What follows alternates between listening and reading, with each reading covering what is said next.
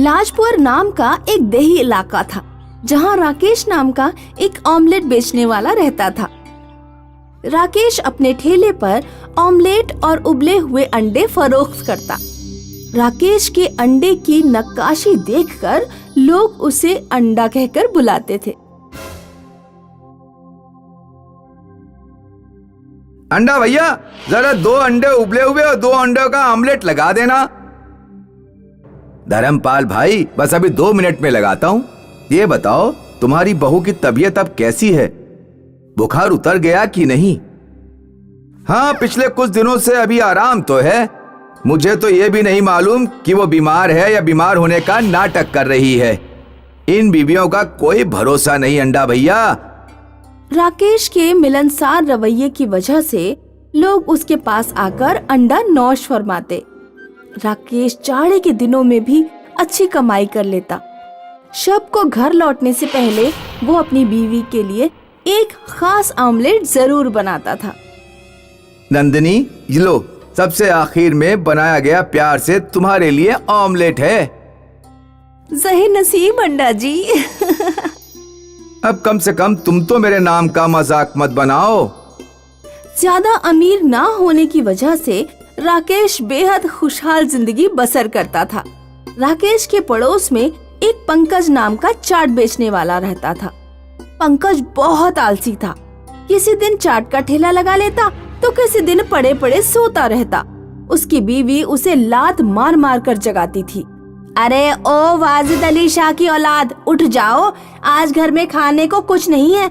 अगर मुझे जरा भी इल्म होता कि तुम इतने काहिल हो तो मैं तुमसे कभी शादी नहीं करती। पंकज अगर नहीं उठता तो उसकी बीवी उसके मुंह पर भैंस का गोबर डाल देती, क्योंकि मुंह धोने के बहाने तुम उठ भी जाओगे, वैसे तो उठने वाले नहीं हो। जरा अपने पड़ोसी अंडा भैया को तो देखो, सिर्फ ऑमलेट बेच बेच कर ही घर संभाल लिया है। हमारा घर अभी भी वैसे ही खस्ता हाल में पड़ा है। अभी जब बरसात आएगी तो छत भी टपकने लगेगी, फिर तुम्हें ही पानी के नीचे सुलाऊंगी। पंकज राकेश के सामने ही अपना चाट का ठेला खड़ा करता। वो चाट बनाने के लिए 3-4 दिन के बचे हुए बासी छोले का इस्तेमाल करता। चाट में बहुत बुरी महक आ रही है, इसका मजा भी खट्टा लग रहा है। तुमने ही तो खट्टी खटाई डालने को कहा था। अब चाट खट्टी नहीं तो क्या शहद जैसी लगेगी?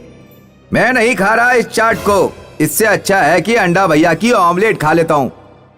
पंकज की खराब चाट और गलत रवैये की वजह से उसके ठेले पर लोग रुकते ही नहीं थे।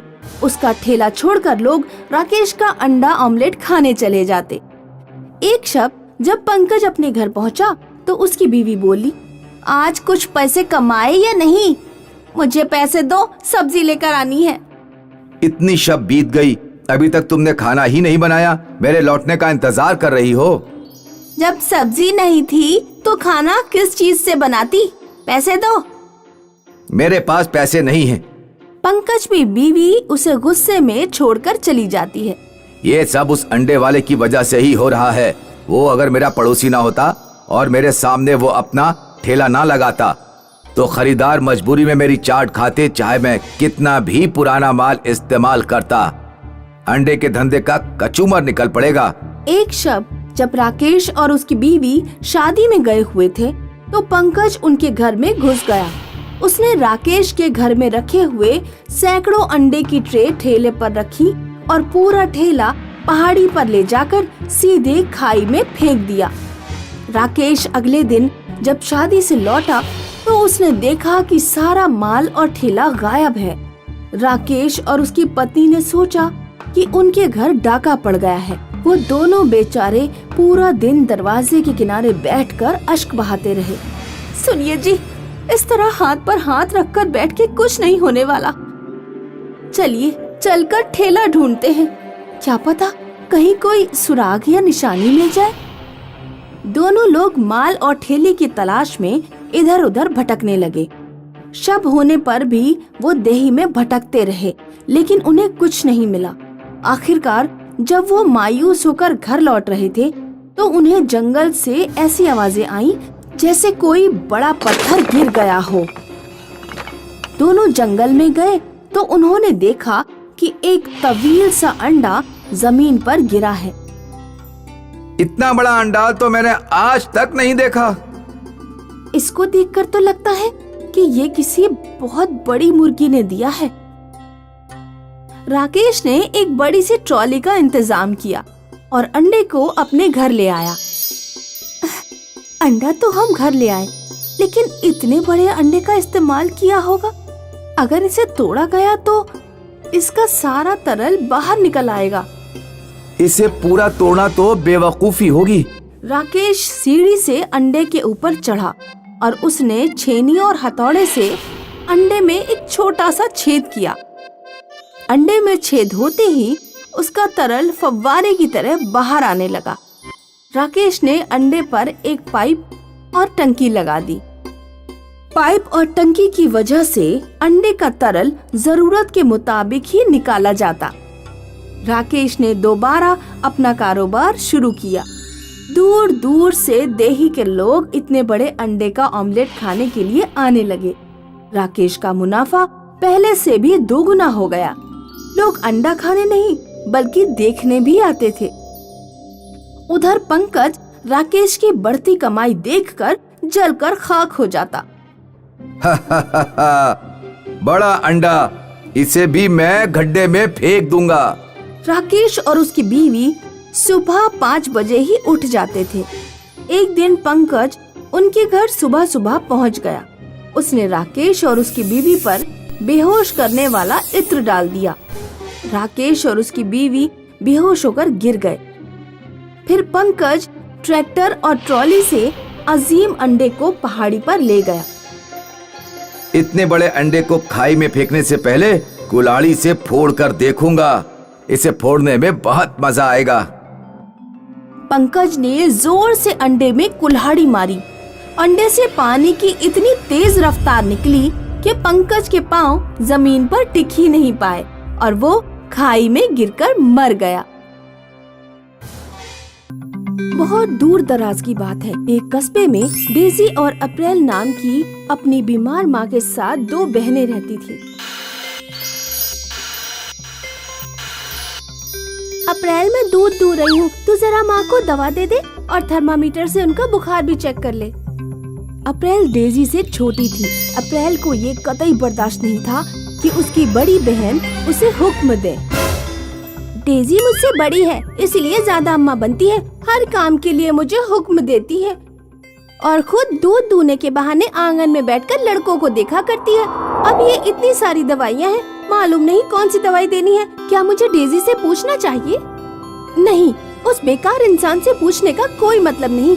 ये गुलाबी वाली गोली खिला देती हूँ, ये माँ ने बहुत दिनों से नहीं खाई है। अप्रैल अपनी माँ को अनजाने में गलत दवा खिला देती है। गलत दवा खाने की वजह से माँ की तबीयत और नासाज हो जाती है।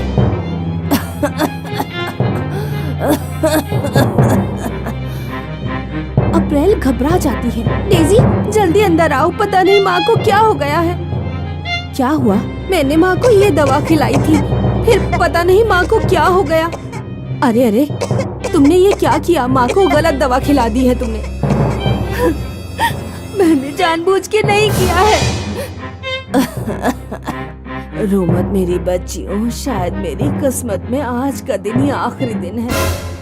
वैसे भी मैं अपनी इस बीमारी से निजात पाना चाहती हूँ। मरने से पहले मैं तुम लोगों को कुछ देना चाहती हूँ।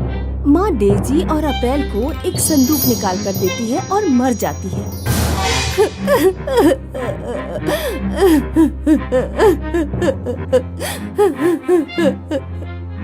नहीं माँ, आप हमें छोड़कर नहीं जा सकती। मुझे माफ कर देना माँ, मैंने आपको गलत दवा खिला दी। माँ, आप वापस आ जाओ। माँ, वापस आ जाओ। अब हम किसके सहारे जिएंगे? दोनों बहनें संदूक खोलकर देखती हैं। संदूक में 2 पोटलियां और एक खत था। डेजी खत पढ़ती है। मेरी प्यारी बेटियों, तुम्हारी उम्र अब शादी की हो गई है। लेकिन मेरे जाने के बाद ऐसा कोई नहीं है जो तुम्हारे लिए सही लड़के की शिनाख्त कर सके। इस संदूक में 2 पोटलियां हैं जिनमें हीरे हैं। तुम दोनों वो हीरे लेकर सफर पर निकलना, क्योंकि तुम दोनों बहुत खूबसूरत हो, इसीलिए कई लोग तुम्हारे सामने शादी की बातें करेंगे। लेकिन किसी की शक्ल सूरत की वजह से तुम उससे शादी मत करना।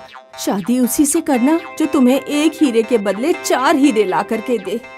डेजी और अप्रैल हीरे लेकर सफर पर निकल पड़ती हैं।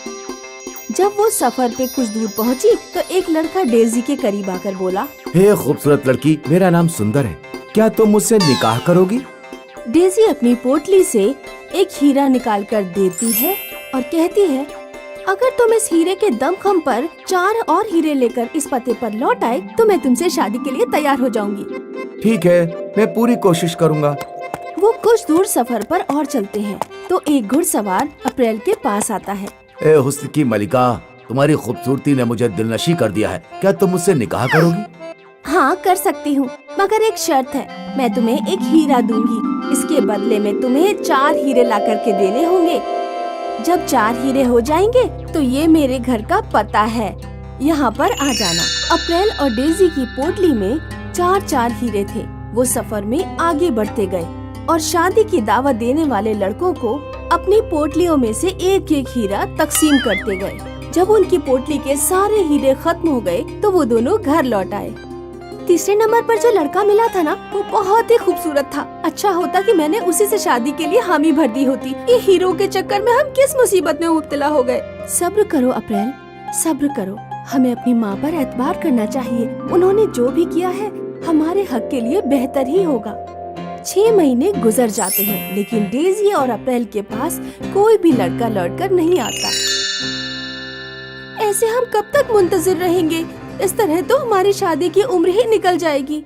इतने अच्छे खूबसूरत लड़के मिले थे, मगर माँ की मंसूबाबंदी की वजह से सब हाथ से निकल गए। लड़के तो गए ही गए और हीरे भी चले गए। तुम परेशान मत हो अप्रैल, माँ ने तुम्हारे और मेरे लिए अच्छा ही तसव्वुर किया होगा। अगर अगले 6 महीनों में कोई भी लड़का नहीं आता तो तुम चाहो तो शादी कर सकती हो।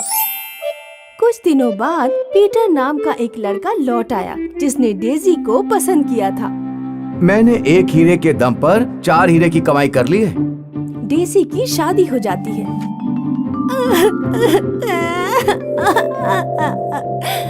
तुम्हारी तो शादी हो गई और मैं ऐसे ही रह गई। लगता है मुझे कोई लेने नहीं आएगा।